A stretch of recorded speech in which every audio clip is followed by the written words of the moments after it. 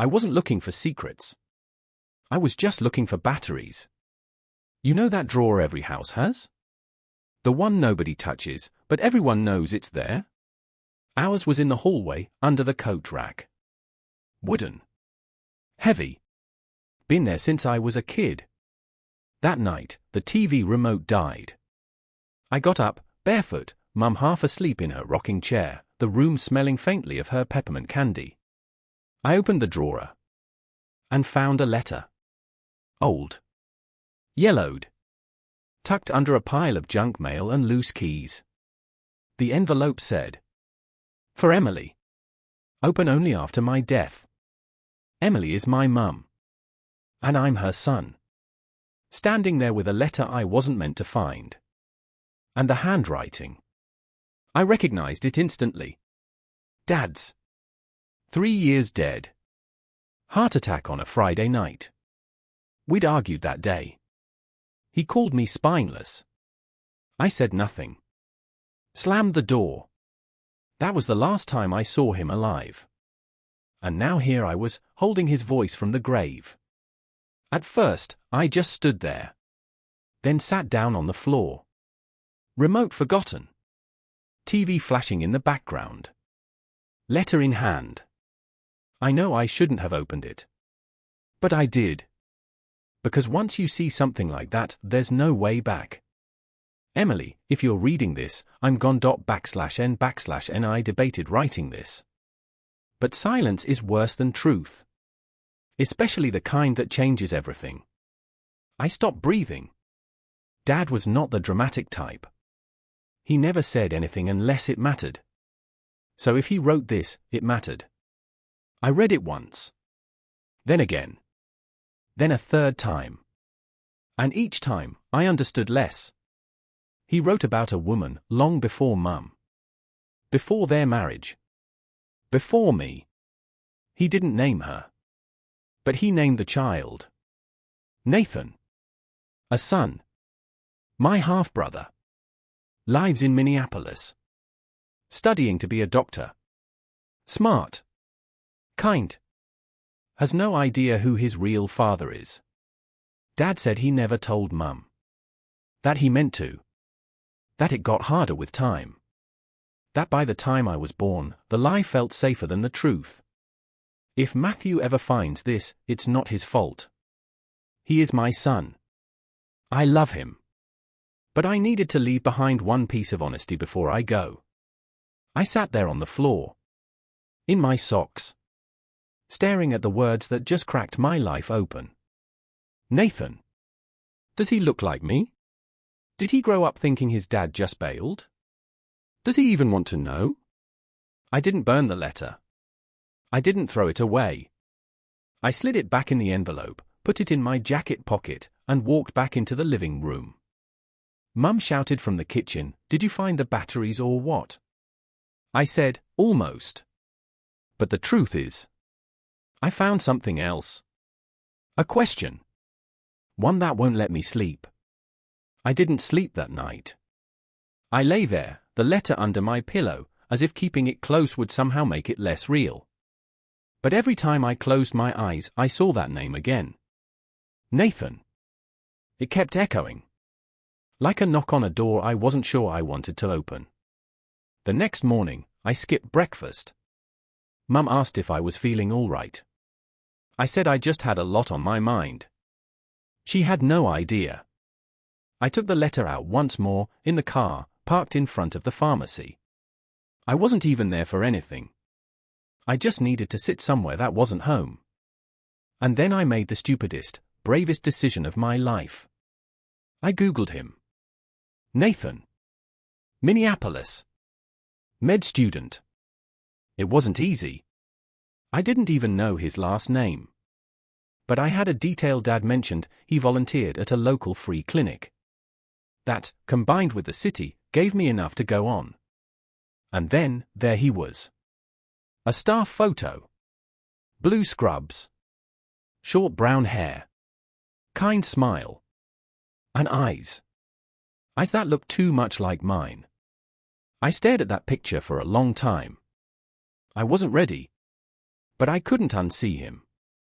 He looked like someone who mattered to the world. Someone who gave more than he took. And suddenly, I felt like I didn't belong in my own story anymore. Like someone had edited me out without asking. So I wrote him a message.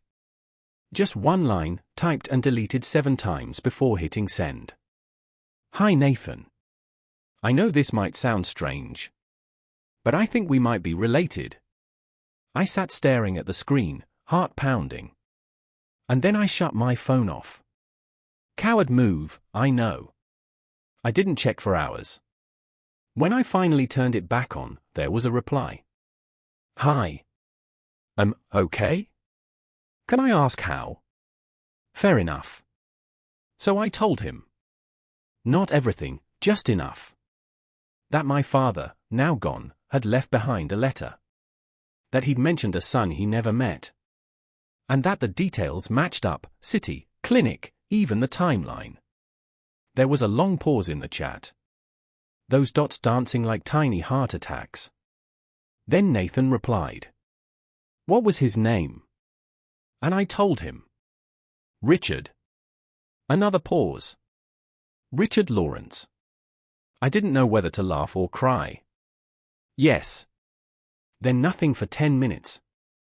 I walked around the block 5 times. Finally, his next message came.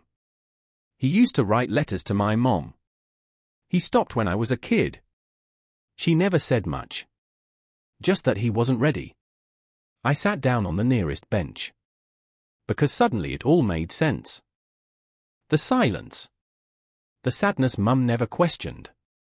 The years of invisible weight Dad must have carried. And now this guy, this stranger, was part of me. Flesh and blood. Living a parallel life I never knew existed. Nathan said he wanted to talk. Not text. So we agreed to a video call. And when his face appeared on screen, I swear, it was like looking into a distorted mirror. He tilted his head the same way I did. Rubbed his jaw when nervous. Same little mole on the left cheek. We talked for 2 hours. At first, it was cautious. Hesitant. But then, questions came. Stories. Laughter even. And then, silence again. That kind where no one wants to hang up first. At the end, Nathan said something that stuck with me. I thought I was abandoned. Now I don't know what to feel. I nodded. Because I didn't either. In part 3, I decide to tell my mother the truth. But her reaction? Nothing I could have prepared for. Subscribe, the real fallout hasn't even started yet. It took me 3 days to work up the courage. 3 days of awkward silences. Of sitting across from her at the kitchen table, stirring tea I didn't drink.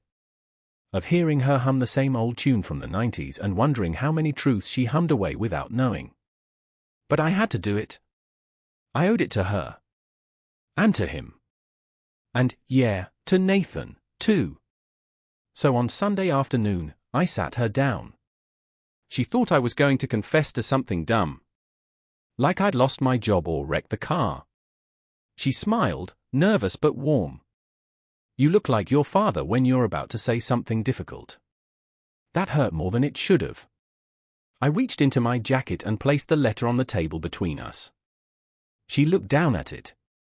Frowned. Then looked back up at me. What's this? I didn't speak. She opened it slowly, the way people open old photographs or bad news. Her eye scanned the first few lines. Then froze. Her lips moved without sound, trying to make sense of his handwriting. I could hear the ticking of the wall clock. I could hear her breath hitch. Then. No, she whispered. I didn't know, I said gently. She stood up. Suddenly. Chair scraping. Hands trembling. He wrote this for me. Yes. She started pacing, clutching the paper like it might bite her. He had a son? Before me? And never told me. I nodded. I found the letter by accident. I wasn't trying to. Don't, she snapped. Don't apologize for reading the only honest thing he ever left behind. That hit like a slap. She sank back down, quieter this time. And then came the thing I wasn't ready for. I always felt it, she said. Like there was a part of him I couldn't reach. Like I was living beside a closed door and he never let me in. I didn't know what to say. I felt 12 again, watching my parents fight from the stairs. Powerless. She read the letter again. This time slower. And then, she cried. Not loud. Not messy. Just tears, running without permission. Years of something unnamed falling down her face. She reached for my hand. I wish I'd known, she whispered. I wish he'd trusted me enough. I squeezed her fingers. He thought he was protecting you. She laughed, bitterly. No. He was protecting himself. That was always Richard's way. Silence. Then she asked, "What will you do?" I hesitated. I've already spoken to him. To Nathan. Her face changed. Not shock. Not anger. Something else. Grief and curiosity crashing together? What's he like? He's kind. Smart. Looks like Dad. Feels like a stranger, but not quite. She closed her eyes. Then, softly. Tell him I'm sorry. I looked at her. You've done nothing wrong. She shook her head. No. But someone should have said something to him. Someone should have told that boy he mattered. I'd never seen my mother so broken. Not even at the funeral. This was different. This wasn't mourning death. This was mourning the truth. We met at a park. Neutral ground. His suggestion. He said, "It's halfway between your world and mine." I like that. I got there early, of course. Sat on a bench with a coffee I didn't drink. Watched dogs play. Watched leaves fall. Watched myself fall apart, silently, politely, like a man trained not to make noise when he's hurting. Then I saw him. Nathan. He walked like he had somewhere to be. Purposeful. Straight-backed. Same walk as Dad. Even wore the same type of coat I remember from when I was a kid, that navy one with too many pockets. Matthew, he asked. Yeah. We shook hands. Like strangers. Because we were. For the first 5 minutes, it felt like a job interview we didn't apply for. Small talk. Medical school. My job in IT. The weather. Then I asked him, "Do you hate him?" He looked away. Took a while to answer. "I used to," he said. As a kid, I imagined showing up at his doorstep. Screaming. Demanding to know why. And now? I'm just tired. We sat in silence. Then he pulled something from his pocket. A letter. From Dad. Not the one I found. A different one. He sent this when I was 12, Nathan said. Said he was sorry. That he was a coward. That he wasn't the man he wanted to be. I read it. It was short. Unfinished. More apology than explanation. He never sent another. Nathan folded it carefully and put it back in his jacket. I waited for another letter, he said. It never came. I think he wanted to be better, I offered. Wanting isn't the same as trying, Nathan replied. That hit hard. Because I've lived entire years on wanting. Then came the thing I didn't expect. Nathan looked at me and said, "So, what now? What do you mean? Are we brothers? Are we friends? Are we just two guys who share DNA and nothing else?" I didn't know how to answer. Because honestly, I didn't know what I wanted. There was part of me that wanted to bring him home. Introduce him to Mum. Tell the family. Start fresh. But there was another part, ugly, insecure, that felt like he was stealing something. That I was being replaced.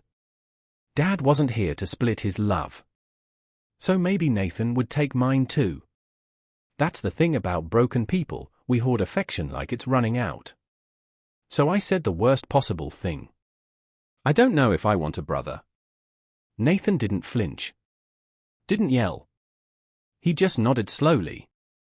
Thanks for your honesty, he said. And walked away. I sat on that bench long after he left. The coffee in my hand had gone cold. So had everything else. 2 weeks passed. No calls. No texts. Just silence. I kept replaying it, that moment in the park. The way he looked at me when I said, I don't know if I want a brother. I didn't mean it the way it sounded. But words don't come with footnotes. They land how they land. Mum asked if I'd heard from him. I lied. Said he was busy. Said maybe it's for the best. But every night, I kept thinking. You found someone who lost the same man as you. And you pushed him away. Eventually, I did what cowards like me do, I wrote a letter. Old school. Pen. Paper. Not because it's poetic. Because I couldn't trust myself to say it right if I saw his face. Nathan_N_N I said something I didn't mean. _N_N you didn't ask for this. And neither did I. But you didn't deserve what I gave you. _N_N I think I was afraid. Afraid that letting you in would somehow erase me. As if love had limited seats, and yours meant fewer for me. _N_N but the truth is, I've spent most of my life standing at the edge of closeness and backing away when it mattered. _N_N you deserved better. From him. From me. _N_N if you ever want to try again, I'll be here. If not, I understand. _N_N I just needed you to know, you matter. You always did. I didn't expect a reply. But a few days later, I got one. A photo. Nathan. Mum. Smiling, sitting in her garden, drinking tea. He'd visited her. Didn't tell me. Just went. She told me later, said he was gentle. Curious. Nervous. But respectful. She gave him an old photo album. The one Dad kept in the garage. Showed him pictures. Let him hear stories. She cried, she said. And so did he. The next week, he came back. This time, to see me. We didn't talk about Dad. We talked about movies. About our terrible taste in music. About our shared hatred for raisins in cookies. At some point, he looked at me and said, "You were right. We're not brothers." I froze. But then he smiled. "We're something else. Something slower. Something that might take time. And I'm okay with that." So was I.